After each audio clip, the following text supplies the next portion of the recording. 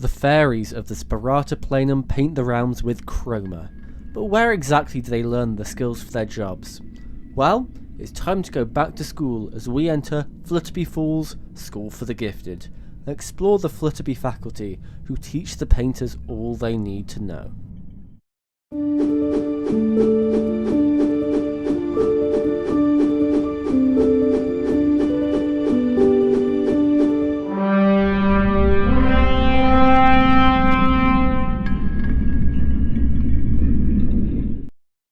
Flutterby Falls School was founded by best friends Cornelius Hugh and the then fairy Craven Tratorius, with the goal to teach and guide the hearts and minds of new generations of fairy painters. They were incredibly knowledgeable, with their breakthroughs in chroma painting earning them each the title of Custodians of Chroma. Years pass and Craven leaves the school, returning as a pixie with a small army. You know, a real shocker. I mean, it's not as if it's right there in his name. Anyway, in case you don't know, chroma is poisonous to fairies, with it eventually seeping in and turning them green.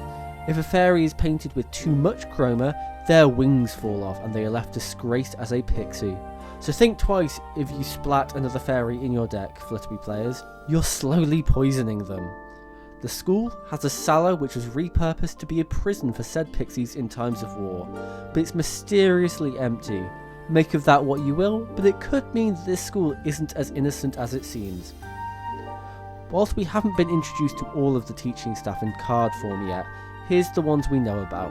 Dr. Cornelius Hugh, headmaster and custodian of Chroma, Mrs. Potts, school nurse and teacher of first aid and fairy health, matron Annia Fobbs, in charge of any domestic issues, the school librarian, the fire tender, and just a generic splat teacher, who I'm going to assume represents the rest of the teachers whilst they haven't been printed yet. Miss Whimsy Flutter, teacher of transportation and flight training. C.C. Von Hula, teacher of psychology on pixie syndrome. Hoffel Brown, teacher of round travel, runners, relics and history. Mr. Stanley Putting, teacher of chromatic chemistry. Wispin, teacher of engineering. Daphne Blight, teacher of trajectory mathematics. Hector Montgomery Figgs, teacher of advanced painting, and Grayson Wings, who runs the Splat Square games on a Friday afternoon. These teachers, while seeming old and out of touch, are actually elite fairy warriors, providing guidance and strategy for the Chroma squadrons. And their school? Floating in the sky guarded by 2 stone dragons, of course. I mean, a gift from the Draco Planum for all their round painting all of these years. The students here are given a multitude of lessons. Some are lectures given in Blueprint Swirl, whilst others are PE lessons in Splat Square. If injured, they go to the infirmary, and at night sleep in cocoon lanterns, creating fleabees whilst they sleep that float nearby. Around the school, creatures like chroma worms, Dracon, the derpy relatives of the dragons, and the fan favourite caterpillar Fungwa live. Whilst on the subject of dragons, they also gifted 2 connected fountains, one spewing water and the other spewing lava, which I can imagine puts Mrs. Potts on edge, as no doubt a lava spewing statue in a school is a recipe for disaster. The final location featured in this faction is the Soaking Stone, a rock which no matter what colour it's splattered with, always drains it away, which is most likely due to the fact it's got a waterfall on it, but let's ignore that.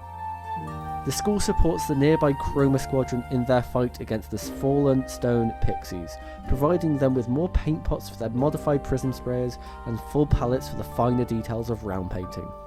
Travelling the realms may seem troublesome, but no matter, Miss Whimsy Flutter is here to teach your kids how to safely fire themselves out of a toadstool cannon, proper Sea of Thieves style. At least in their engineering classes, they're taught how to dismantle objects and turn them into new tools. Now, I had no idea where to fit this last card into the video, so here it is, a giant prism. Don't look into it, it's going to blind you.